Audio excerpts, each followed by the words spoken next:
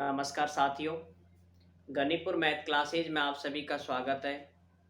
और कक्षा 10 की हमारी जो एक्सरसाइज चल रही थी उसके अंदर आपने 3.3 हमारी कंप्लीट कर दी थी मैंने। आज 3.4 और विलोपन विधि चलेगी आपकी, जो कि सबसे सरल विधि है। और दो ही विधि हैं आपकी एग्जाम में इस समय कोर्स में, एक है प्रतिस्थापन विधि, एक है विलोपन विधि। होने को एक ग्राफ विधि भी है, लेकिन वो एक अलग है जो आएगी आपकी निश्चित रूप से एग्जाम में। और सभी को गुड मॉर्निंग। और क्लास शुरू होने से पहले एक बार वीडियो को लाइक कर दो और सभी को शेयर कर दिया करें, जिससे कि सभी को इसका प्रॉफिट मिल सके।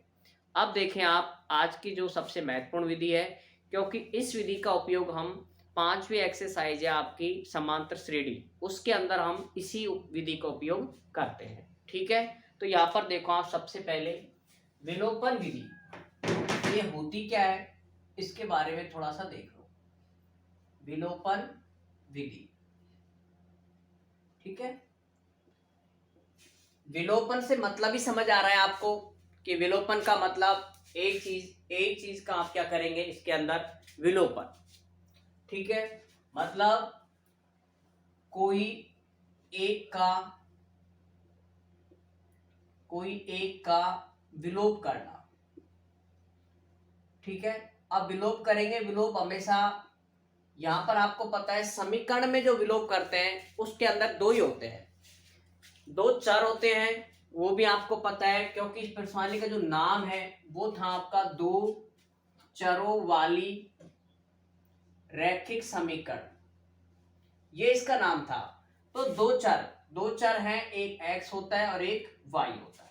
ठीक है, तो यहां पर जो दो चर हैं उन दो चरों में से कोई एक का हमें क्या करना होगा, विलोप करना होगा। मतलब वहां से एलिमिनेशन होता है, उसका वहां से हटाया जाता है। आपने खेल गेमों में भी देखा होगा कि एक को एलिमिनेट कर दिया। ठीक है, तो इसका मतलब होता है एक को हटाना। ठीक है, अब ये किस तरह से ज्ञात करते हैं, इनको समीकरणों को आपको दिए हुए मिलेंगे और फिर आपको इनका हल करना है। अब सबसे पहले तो आप बुक में आप एग्जाम्पल नंबर देखें और बुक जरूर लेके बैठिए। मैं आपको बार बार कह रहा हूँ इस चीज के लिए, हमेशा जब भी क्लास ले मेरी बुक जरूर ले और पेन कॉपी साथ में। अब यहाँ पर उदाहरण नंबर देखो, विलोपन विधि का जो उदाहरण नंबर है 11। ठीक है, अब देखो यहाँ पर किस तरह से इसको हल करते हैं। विलोपन विधि है ये, यहां देखो आप, एकदम सरल विधि है। आप एक तो ध्यान रखें, बिल्कुल सबसे सरल यही है। 11वां एग्जाम्पल है, दो व्यक्तियों की आय का अनुपात 9:7 है। क्वेश्चन लिख रहा हूं मैं, सॉरी, एग्जाम्पल नंबर 11। दो व्यक्तियों की आय का अनुपात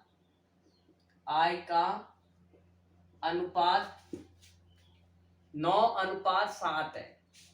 ठीक है, ये तो है उनकी आय का अनुपात जो वो कमाते हैं। उनके खर्चों का अनुपात 4:3 और खर्चों का अनुपात ये दे रखा है आपको 4:3। फिर कह रहा है प्रत्येक व्यक्ति प्रति महीने में 2,000 रुपए बचा लेता है। भाई दो व्यक्ति हैं बेटा, ठीक है, और उनकी प्रत्येक की बचत, प्रति माह अर्थात प्रत्येक माह उनकी जो बचत है वो कितनी है, 2,000 रुपए है, 2,000 रुपए।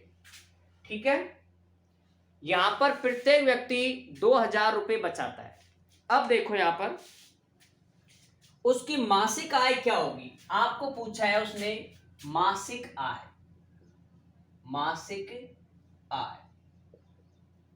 ठीक है, मासिक आय ज्ञात कीजिए। अब आपको पता है मासिक आय ज्ञात करने के लिए सबसे पहले आपको x और y है इनका मान ज्ञात करना है और फिर इनकी मासिक आय है वो ज्ञात कर सकते हैं। उसको हल करने के लिए आपको क्या करना होगा, आपको दिया हुआ है दो व्यक्तियों की आय तो ये है 9:7 और खर्चे हैं 4:3, फिर भी बचत कितनी हो गई 2,000 रुपए। आपको पता है भाई व्यक्ति ने 4,000 रुपए उसको प्रति माह सैलरी है, उसने खर्चा कर दिया उसमें 1,500 रुपए। ठीक है, घटाओ 0,0,5,1 सॉरी 2, ये उसके पास में बच गया 2,500 रुपए। देखो तो आय में से घटाने हैं खर्चे और फिर करनी है बचत। इस तरह से आप इनको लिखेंगे। देखो यहां पर इनको लिखेंगे आप, आय का जो अनुपात है इस तरह लिख लो यहां पर, माना आय का अनुपात, आय का अनुपात 9x व 7x, दोनों को x मान लो। आय है तो दोनों को x मान लो और खर्चे हैं उनको y मान लो। खर्चे हैं, खर्चों का अनुपात उसको मानेंगे आप 4y व 3y। ठीक है भाई, आय खर्चे हैं, आय है उनको मान लिया आपने 9x और 7x, खर्चे हैं उनको मान लिया 4y और 3y। ठीक है यहां तक। अब देखो इसके बाद इन दोनों को भाई आय में से क्या घटाएंगे, खर्चे, तो घटाओ 9x में से घटाओ 4x, 9x माइनस के 4y बराबर बचत कितनी कर रहे हैं 2,000 रुपए। समीकरण नंबर 1। अगला है जब 7x आय है तो 3x खर्चा कर रहे हैं, तो 7x माइनस के 3y बराबर 2,000। ये समीकरण नंबर 2। इसके बाद आपको ये लाइन खींचनी है। क्लियर यहां तक भाई? आय कितनी है, आय में से खर्चा घटा देंगे तो क्या बचेगी, बचत। अरे बचत जब तो आएगी जब आय में से क्या घटा दो, खर्चे। तो मैंने आय में से क्या घटा दिए, खर्चे, और क्या आ गई, बचत। ठीक है यहां तक। अब देखो इसके बाद इसमें आपको जो विलोपन विधि है इसके अंदर एक चर का हमें क्या करना पड़ेगा, विलोप। चाहे तो x हटा दो चाहे y हटा दो। तो किस तरह से हटाएंगे, इसके लिए आपको पता है, आपने ये भी है कि यदि सुना होगा कि यदि दो व्यक्तियों को हम कम ज्यादा देते हैं तो क्या वो संतुष्ट रह पाते हैं, नहीं। तो वो यदि हम उन दोनों को बराबर बांट दें, किसी भी वस्तु को उन दो व्यक्तियों में बराबर बांट दें तो वो आसानी से संतुष्ट हो जाते हैं। तो हमें भी विलोपन करने के लिए, उन दोनों को हटाने के लिए, उन दोनों में से किसी एक को हटाने के लिए हमें क्या करना होगा, बराबर। और वही काम यहां पर हमें करना होगा। बराबर किस तरह से करते हैं, देखो जैसे 9 है, 9 को हम किससे गुणा करें और 7 को हम किससे गुणा करें कि दोनों बराबर आ जाए। तो इनका सीधा है तरीका कि 9 को कर दे 7 से और 7 को कर दो 9 से। 9 7 63, 9 7 63। ठीक है, ये आपका क्या हो गया, बराबर। बस ये बराबर होते ही आप इन्हें हटा सकते हो इजीली। अब देखो यहां पर 7 को 9 से करो, 9 7 63x, माइनस 7 को 4 से करो, 7 चौक 28y बराबर 7 को 2 से करो, 7 दूनी 14, हो गए 14,000। अब इसके बाद देखो 9 से करो, 9 7 63x माइनस 9 तिया 27y बराबर 9 दूनी 18। फिर एक लाइन खींचेंगे। ठीक है, यहां तक आपको क्या करना है, इनको बराबर। अब बराबर करते ही आप इन्हें आसानी से संतुष्ट कर सकते हैं। ठीक है, हटा सकते हैं। और हटाने के लिए सीधा तरीका है, हटाने का मतलब सीधा क्रॉस कर दो। लेकिन क्रॉस जब होता है, जब बेटा इसको तो लिखो माइनस, ठीक है, ये माइनस है तो इसको लिखना है प्लस, और यहां पर प्लस है तो इसको लिखना है माइनस। एक चीज यहां पर विशेष ध्यान रखोगे, चिन्हों की यहां पर सबसे ज्यादा गलती होती है, तो वो मैं आपको बता देता हूं। यदि प्लस है ऊपर तो नीचे माइनस हो जाएगा बस, और माइनस है तो फिर प्लस हो जाएगा। ये दो चीज ध्यान रखनी है आपको। देखो यहां पर प्लस है, ये हो गया माइनस, यहां माइनस है तो ये हो गया प्लस, यहाँ प्लस है तो यहाँ हो गया माइनस, तो प्लस ये माइनस और ऊपर प्लस, ये कट गया, ये प्लस का हो गया, ये माइनस का हो गया। अब देखो माइनस के तो है 28 और प्लस के हैं 27, बताओ क्या आएगा। ये चीज भी मैंने अच्छे से बताई हुई है कि 28 में से 27 जाते हैं तो कितना बचेगा, ए। लेकिन जिसकी संख्या बड़ी है उसका चेंज, माइनस के 1, ठीक है। तो यहां पर बचा माइनस के y बराबर, अब 14,000 में से 18,000 घटाने हैं, तो ये आपको पता है कि 18,000 घटना संभव नहीं है, तो 18 में से 14 घटा दो, कितने बचेंगे, 18 में से 14,000, ये बचेंगे आपके कितने, 0 0 0, 8 में से 4 गया तो 4 और ये 0, 4,000 बच जाएंगे, वो भी माइनस के, ठीक है। ये चीज ध्यान रखेंगे आप कि ये जो बच गए वो माइनस के 18 बचते हैं, ठीक है। अब इसके अंदर क्या है, जैसे आप इन्हें देखें, माइनस के हो गया 4,000 और माइनस से माइनस कैंसिल हो जाएगा, तो y का मान आपके पास में आया कितना, 4,000,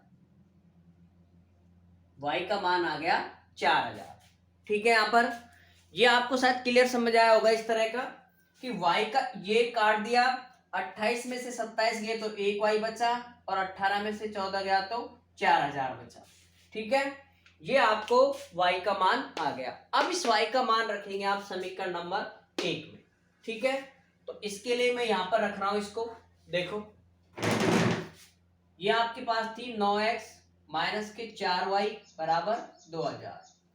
अब y का मान यहां रखो, ये तो वही प्रतिस्थापन विधि थी, y का मान रखो, y का मान समीकरण 2 में रखने पर, 2 में रखने पर रखो, 2 में देखो 9x माइनस 4 गुणा y की जगह रखेंगे आप कितना, 4,000 बराबर 2,000। अब देखो ये थोड़ा सा मैं यहां पर मिटा रहा हूं, गुणा 7। अब इसको हल करो आप, 9x माइनस 4 चक 16,000 बराबर 2,000, 9x बराबर 2,000, ये माइनस के इधर जाएगा तो प्लस का 16,000, यहाँ 9x बराबर 16 तो कितने हो जाएंगे, 18,000 और x बराबर 18,000 बटे 9। अब 18,000 में 9 का भाग देंगे तो आपको पता है कितना आएगा, 9 दूनी 18, 2,000, 9 दूनी 18, ये काट दो, 9 दूनी 18, 2,000, x का मान आ गया आपके पास में कितना, 2,000, क्लियर। लेकिन अभी हमारा सवाल यहीं पर खत्म नहीं हो जाता, इसमें आपसे पूछा है वो है उसकी मासिक आय ज्ञात करो, ठीक है। तो मासिक आय देखो किस तरह से ज्ञात करेंगे, मासिक आय, तो आय का ये रहा भाई, आय का सिस्टम ये रहा, आय का है 9:7, ठीक है। अब यहां पर मासिक आय के लिए हमने माना था कितना, 9x और 7x, ये माना था, इन दोनों के मान रखेंगे आप, देखो यहां पर ये गुणा है, ये आप रफ कार्य में करेंगे पूरा, यहां पर 9x और 7x ये आपकी है क्या, मासिक आय, मासिक आय। अब आय है तो देखो 9 गुणा x का मान रख दो यहां पर कितना, 2,000, ये कितना हो जाएगा 18,000, और अगले में रखेंगे आप 7 गुणा 2,000, यह आ जाएगा 14,000। तो एक की मासिक आय कितनी हो गई, 18,000 रुपए, एक की हो गई 14,000 रुपए। ये दो व्यक्ति थे, दोनों की मासिक आय यहाँ पर हमने ज्ञात कर ली। तो ये थी हमारी विलोपन विधि। हाँ, इसमें अंदर थोड़ा सा हिंदी वाला सवाल था ये, इसलिए पहले इसको समझा, यहां से आपकी विलोपन स्टार्ट होती है, ठीक है भाई। ये तो हमने प्रतिस्थापन भी किया था, यहां से है आपकी विलोपन विधि, ठीक है। पूरी का स्क्रीनशॉट ले सकते हो और कमेंट्स करके जरूर बताएं कि कितना आपको ये समझ आया, ठीक है। वैसे आपको इस 1-2 सवाल में आपको थोड़ा सा समझने में दिक्कत हो सकती है, बाकी ये सबसे सरल विधि है, ठीक है। अब देखो इसके बाद अगला इसका जो एग्जाम्पल है,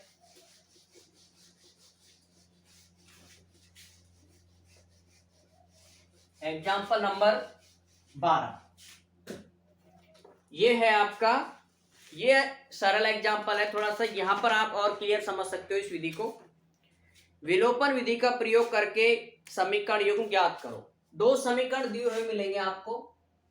एग्जाम्पल है 12, एक है बेटा 2x प्लस 3y बराबर 8 और दूसरा है 4x प्लस के 6y बराबर 7। ठीक है, ध्यान रखें उस सवाल को जो अभी हमने जस्ट किया है उसको भी आप एक बार वापस हल कर सकते हैं। उससे पहले आप एक बार इसे देखें, इसका तरीका समझें। आपके पास विधि है कौन सी? विलोपन विधि। विलोपन विधि, एक का विलोप करेंगे हम। अब विलोप किस तरह से किया जाता है? दोनों को बराबर करके, चाहे आप x बराबर कर दो चाहे y बराबर कर दो। अब सीधा नियम देखो, यहां पर समीकरण 1 है और ये समीकरण 2 है।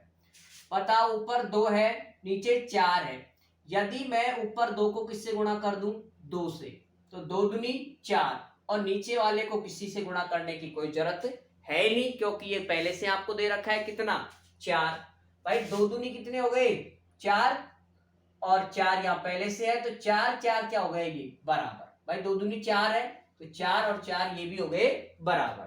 यही काम करना है आपको बस। ठीक है, तो देखो इस लाइन को लिखेंगे किस तरह से, वो यहां पर देखो। समीकरण 1 को 2 से गुणा करने पर, ये लाइन लिखोगे आप, 2 से गुणा करने पर। अब आपको एक क्लियर समझ आना चाहिए कि 2 से ही क्यों कर रहे हैं आप इसको। तो 2 से करने का कारण है कि 4 है, तो इसको यदि हम 2 से गुणा कर दें तो 2 दूनी 4, ये भी क्या हो जाएगा? 4। ये दोनों बराबर करने हैं बस आपको। ठीक है, देखो 2 से गुणा करेंगे इसको, तो करो आप 2 दूनी 4x प्लस 2 को 3 से करो, 2 तिया 6 बराबर 2 को 8 से करो, 8 दूनी 16, 8 दूनी 16। नीचे वाली लाइन ऐसे कैसे लिख दो? क्योंकि इसके अंदर हमने किससे गुणा किया? किसी से किया ही नहीं है, तो फिर ये की ये संख्या आप ऐसे कैसे उतार दो? बस हो गए दोनों बराबर। यही आपको करना है। अब चिन्हों का विषय ध्यान रखेंगे आप। ये यहां पर एक बार वापस देख लो आप। देखो, जब कोई चिन्ह नहीं होता है तो किसका मानते हैं? प्लस का। ठीक है, तो इसमें भी कोई चिन्ह नहीं है तो किसका मानेंगे? प्लस का। अब यहां पर देखो, ये प्लस है तो ये आएगा माइनस, ये प्लस है तो ये भी आएगा माइनस, प्लस है तो ये भी आएगा माइनस। अब ये दोनों आपस में कट जाते हैं, बराबर वाले कट जाएंगे, और प्लस है माइनस है ये भी कट गए, क्योंकि दोनों भी क्या है? बराबर है। 16 में से 7 गया तो कितना बच जाएगा? 9।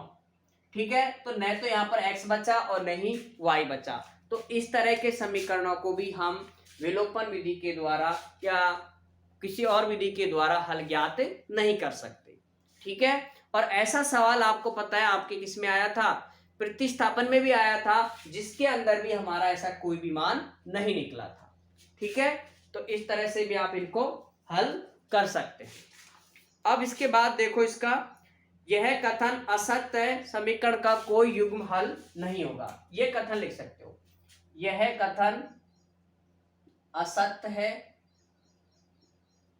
और समीकरण का कोई हल नहीं होगा, कोई हल नहीं होगा।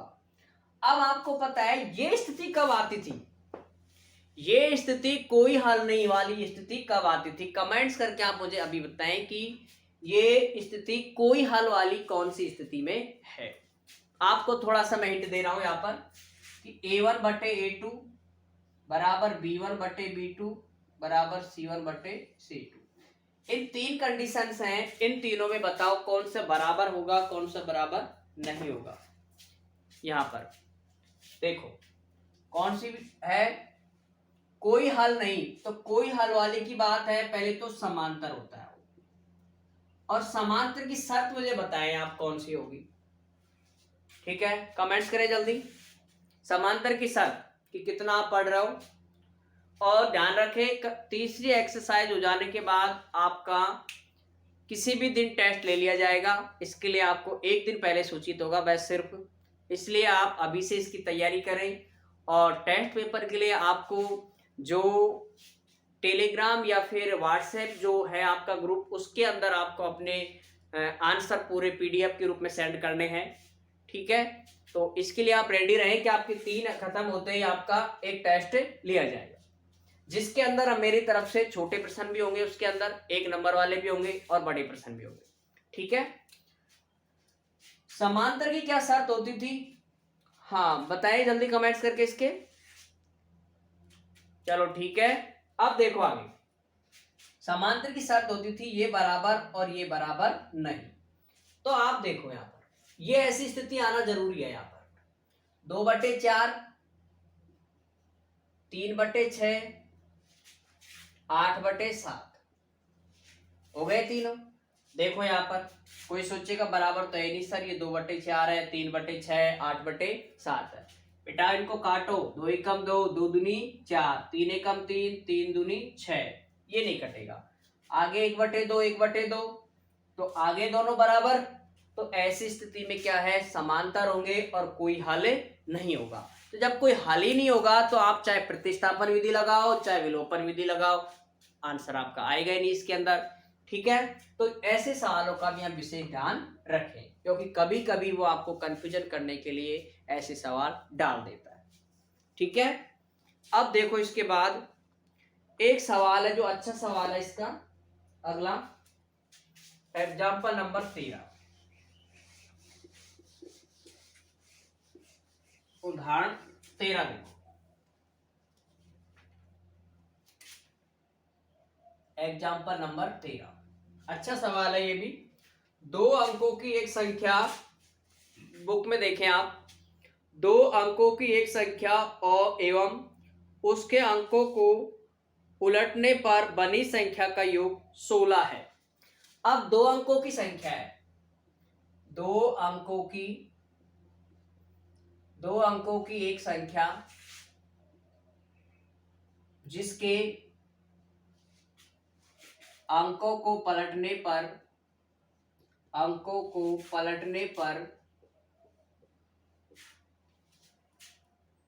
का योग 66 है। ठीक है, और संख्याओं का अंतर 2 है। संख्या के अंकों का अंतर 2 है, अंकों का अंतर 2 है। तो ऐसी संख्या कितनी है, वो संख्या को आपको ज्ञात करनी है। तो संख्या ज्ञात करो। देखो अच्छा प्रश्न है, इस तरह के प्रश्न आपको एग्जाम में देखने को मिलते हैं। ठीक है, विधियां आपको कोई सी भी हो सकती है इसके अंदर, ऐसा इसने कुछ लिखा नहीं है। चाहे आप प्रतिस्थापन से कर सकते हो चाहे आपको विलोपन से कर सकते हो। देखो यहां पर पहले तो जैसे ही 2 अंकों की संख्या देता है तो संख्या में बेटे 2-3 शब्दों का आप ध्यान रखेंगे। संख्या में आपको पता है इधर क्या होता है, इकाई, इधर दहाई, इधर सैकड़ा। यदि वो 3 अंकों की होती है तो इकाई, दहाई, सैकड़ा। लेकिन आपसे पूछा है कितने अंक, 2 अंक, तो इकाई और दहाई। ठीक है, अब ध्यान रखो आप, जैसे मैंने लिखा उदाहरण के लिए 15 लिख दिया। इकाई का अंक देखो कितना है इसमें, 5। दहाई का अंक कितना है, 1। ये तो है बेटा अंक। ठीक है, लेकिन इसको लिखने का तरीका, जैसे आप सीधी संख्या लिखते हैं तो इसको लिखने का तरीका ये रहता है 10 + 5, 10 + 5 = 15। मतलब इकाई और दहाई को हम किससे गुणा करते हैं, 10 से। और यदि सैकड़ा होता तो ये करते हैं हम किससे, 100 से गुणा। जो भी संख्या आती है आपकी, कुछ भी हो सकता है इसकी जगह पर, ध्यान रखेंगे। इकाई को गुणा करते हैं 1 से, दाई को करते हैं 10 से, और सैकड़े को करते हैं 100 से। ठीक है, इकाई, दाई, सैकड़ा, 1, 10, 100। आपको यहां पर दे रखा है सिर्फ दाई तक। तो अब मुझे बताएं, ये चीज समझ आई कि 5 एकम 5 और 10 एकम 10, दोनों को जोड़ो कितना आई संख्या 15। क्लियर? यहां पर निश्चित रूप से ये समझ आया होगा कि इकाई और दाई का सिस्टम क्या है। अब देखो इसके बाद इसके हल किस तरह से करते हैं। यहां पर देखो हल इसका, माना इकाई का अंक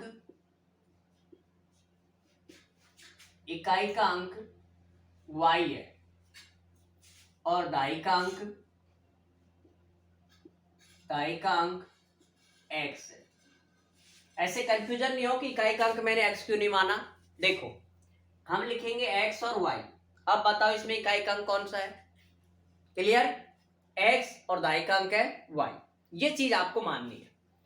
अब देखो इसके बाद दो अंकों की एक संख्या जिसके अंकों को पलटने पर, अब अंक पलट दिए।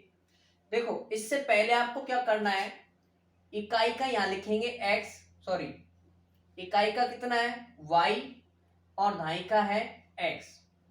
लेकिन इसमें आपको एक चीज मैंने पहले ही बता दिया कि दाई के लिए किससे गुणा करेंगे आप 10 से, इसको गुणा करेंगे बेटा 10 से, फिर जोड़ना है।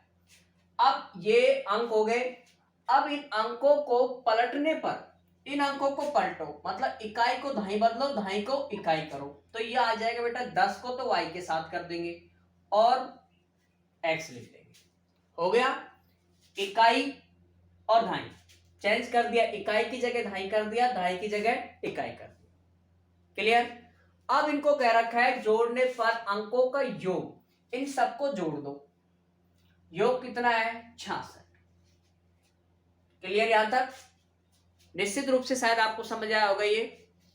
अब देखो इसको हल करो थोड़ा सा, 10x और 1x 11x प्लस y और 10, 1y और 10y, ये भी 11y बराबर 66। अब यहां पर देखो क्या है, 11 से सभी संख्याओं में भाग जाता है ना, तो हम सब में बेटे 11 11 का भाग दे देते हैं। इस तरह से लिखते नहीं है इनको, सिर्फ देते हैं इस तरह से भाग, और ये आ जाता है बेटे x, यहां पर y और यहां पर आया 6, 11 6 की 66। लेकिन आप इनको एग्जाम में नहीं लिखेंगे, वहां पर ये लिखना अलाउ नहीं होता है। ठीक है, ये आ गया आपका समीकरण नंबर 1। क्लियर? यहां तक कमेंट करके आप जरूर बता दें कि अंकों वाला सवाल आपको समझ आया कि नहीं आया, जिससे कि आगे चलें। ठीक है, चलो अब है संख्याओं का अंतर, संख्या के अंकों का अंतर। अंक आपको पता है कौन कौन से माने हैं, x और y, तो इनके अंकों का अंतर कितना है 2, समीकरण नंबर 2। क्लियर? अंकों का अंतर कितना हो गया 2। अब इसके अंदर आपको वही दोनों को क्या करना है, बराबर गुणांकों को। तो यहां पर बराबर करने के लिए देखो कुछ करना ही नहीं है आपको, पहले से ही आपको बराबर है।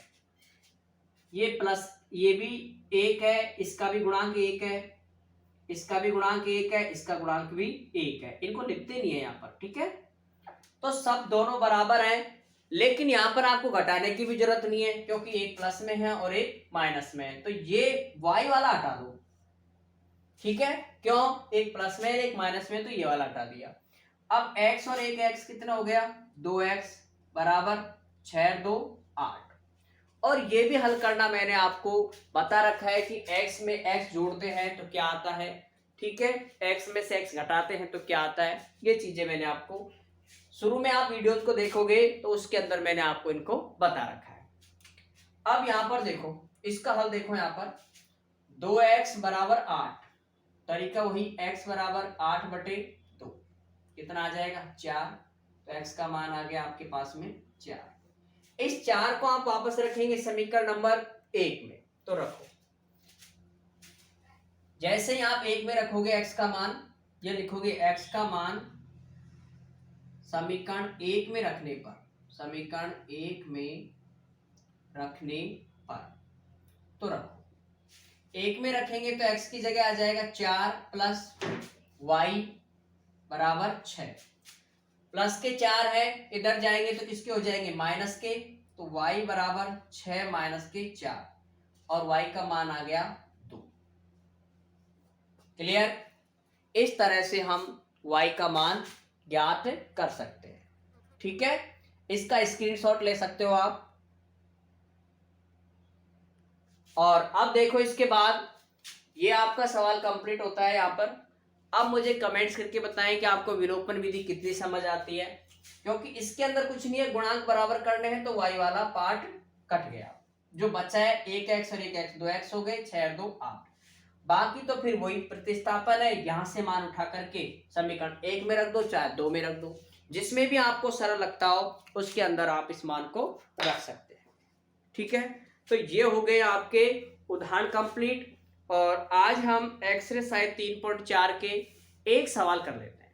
ठीक है, और बाकी के आपको नेक्स्ट वीडियो में करवाएंगे। देखो अगला जो सवाल है इसका वो देखो,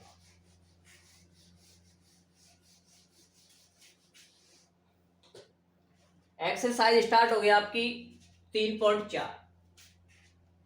एक्सरसाइज 3.4 पहला ही सवाल बता रहे बस, x प्लस वाई बराबर 5 और है 2x माइनस के 3y बराबर 4। ठीक है, देखो तरीका वही आपका, दोनों व्यक्तियों को आपको बराबर करना है और बराबर करने के लिए चाहे आप उसको पैसे दो, चाहे गुणा करो, चाहे भाग करो। पैसे देने का मतलब यहाँ पर गुणा करना, भाग करना, जोड़ना है, लेकिन यहाँ पर आप करेंगे गुणा। समीकरण नंबर 1, समीकरण नंबर 2, नीचे देखो 2x, ऊपर में कोई x नहीं है गुणा में, तो इसको किससे गुणा करना जरूरी हो गया 2 से। देखो है जरूरी है, 2 ऊपर 2 नीचे, तो बस यही लाइन लिख दो हिंदी में, समीकरण 2 को सॉरी 1 को 2 से गुणा करने पर। एक चीज यहां विशेष ध्यान रखेंगे इसके अंदर कि समीकरण है इसमें आप गुणा लगाएंगे और जिससे आप गुणा कर रहे हैं उसे आप बिगर गुणा रखेंगे। क्लियर? इस चीज का विशेष ध्यान रखेंगे आप। अब यह गुणा करो, 2x प्लस 2y बराबर 2 पंजे 10। ऐसे तीन ऐसे लाइन नहीं बनाए आप, सिर्फ समझने की दृष्टि से ये चीजें हम कर देते हैं। ठीक है, नीचे वाली संख्या ऐसे कैसे लिख दो बराबर 4, क्योंकि इसके अंदर पहले से ही ज्यादा था तो हमें उसको कुछ रुपए देने की कोई आवश्यकता नहीं थी। घटाओ, माइनस माइनस है तो ये प्लस और ये प्लस है तो ये माइनस। यह चिन्ह विशेष रूप से ध्यान रखेंगे आप, कोई चिन्ह नहीं होता तो किसका मानते हैं, प्लस का, प्लस का, प्लस का, ये भी प्लस का। प्लस है तो माइनस, माइनस है तो प्लस और प्लस है तो माइनस। अब ये दोनों देखो समान है तो घटा दो, हटा दो। अब ये ऊपर का प्लस है, नीचे का भी क्या हो गया प्लस में, तो 2 और 3 कितने हो गए 5 है। y बराबर 10 में से 4 गया तो 6, इसको हल करो, y बराबर गुणा में जाएगा तो भाग में 6/5, ये आ गया आपके पास y का मान। क्लियर यहां तक? अब इसके बाद देखो इस मान को रखेंगे हम समीकरण नंबर 1 में रख दो चाहे 2 में रख दो, लेकिन हमें पता है इस 2 को हम अगर यहां से हटाएं, गुणा नहीं करें, तो ये समीकरण आपको छोटा नजर आ रहा है। छोटे समीकरण में ही आप इसका मान रखें, बड़े में नहीं रखें, बड़े में थोड़ी सी दिक्कत आ सकती है आपको। तो आप देखो y का मान समीकरण 1 में रखने पर, 1 में रखने पर रखो, x ऐसे कैसे प्लस y की जगह आएगा 6/5, 6/5 बराबर 5। इसको हल करने का तरीका देखो आप, सबसे ज्यादा तो यही कंफ्यूजन रहता है कि ये लघुत्तम लेना ही नहीं आता सबसे ज्यादा। तो सबसे पहले देखो x बराबर 5 पहले लिखोगे प्लस है तो इधर जाकर के माइनस, 5 6/5। इसको हल करना आना चाहिए। ये कक्षा 5 में ही है, लेकिन आपको ये कक्षा 10 में भी आपको देखो ऐसे दिया, तो इसको हल करना सीखो। 5 के नीचे 1 मान लो, इन दोनों का लैसे लेंगे कितना आएगा 5। लैसे लेने का तरीका आपको पता है, ये वाला रहता है। 1 और 5 का लेंगे तो 5 का भाग देंगे, 1 तो वैसे ही है, 5 एकम 5, कितना आया लघुत्तम 5। अब इसमें इसका क्या देते हैं, पहले भाग, उसके बाद जो आंसर आता है 5 आया, 5 को 5 से गुणा करेंगे तो 25। जो संख्या आती है उसको गुणा करेंगे आप ऊपर वाली संख्या से, 25। 5 में 5 का भाग देंगे तो 1 बार, और 1 को गुणा करेंगे 6 से, माइनस का चिन्ह है तो -6। ठीक है, आगे लिखो कितना आ जाएगा, 25 में से 6 गया तो 19/5, ये आ गया आपके पास x का मान। अब देखो यहाँ पर तरीका वही है आपको जैसे आपने प्रतिस्थापन में किया, चेक करने का। x का और y का मान आ गया, इन दोनों मानों को आप समीकरण 1 में रख दो चाहे 2 में रख दो, ठीक है, चाहे 1 में रखो चाहे 2 में रखो, लेकिन दोनों का मान क्या आना चाहिए, आपको संतुष्ट करना चाहिए। ये देखो x का मान कितना आया 19/5, इसमें रखो, इसकी जगह देखो यहाँ पर 19/5, ये x का मान आ गया, प्लस y का मान देखो 6/5। हल करेंगे उत्तर आना चाहिए 5। एलसीएम देखो कितना 5, ऊपर 19 प्लस 6, 19 और 6 कितने होते हैं 25/5, भाग दो कितनी बार आया 5, और ये आना चाहिए 5। बस यही इसका जांच करने का तरीका है। ठीक है साथियों, तो निश्चित रूप से आपको आज विलोपन विधि पढ़कर काफ़ी अच्छा महसूस हुआ होगा कि विलोपन विधि हम ऐसे समझ रहे थे, लेकिन ये बहुत ही सरल विधि है। और आपको पता है कोर्स आपका बिल्कुल निःशुल्क है, किसी प्रकार का कोई चार्ज नहीं है, इसलिए जितने भी अपने साथी हैं आसपास, जितने भी, उन सभी को इसके लिए सूचित बता दें। ठीक है, और आपका निश्चित रूप से कंप्लीट कोर्स कराया जाएगा। इसलिए आप कोई कोचिंग वोचिंग, अगर आपको मेरी पढ़ाने का तरीका अच्छा लगता है, समझ आता है, तो किसी भी प्रकार की कोई कोचिंग की आपको आवश्यकता नहीं है। ठीक है, जय हिंद, जय भारत दोस्तों, फिर मिलते हैं नेक्स्ट वीडियो।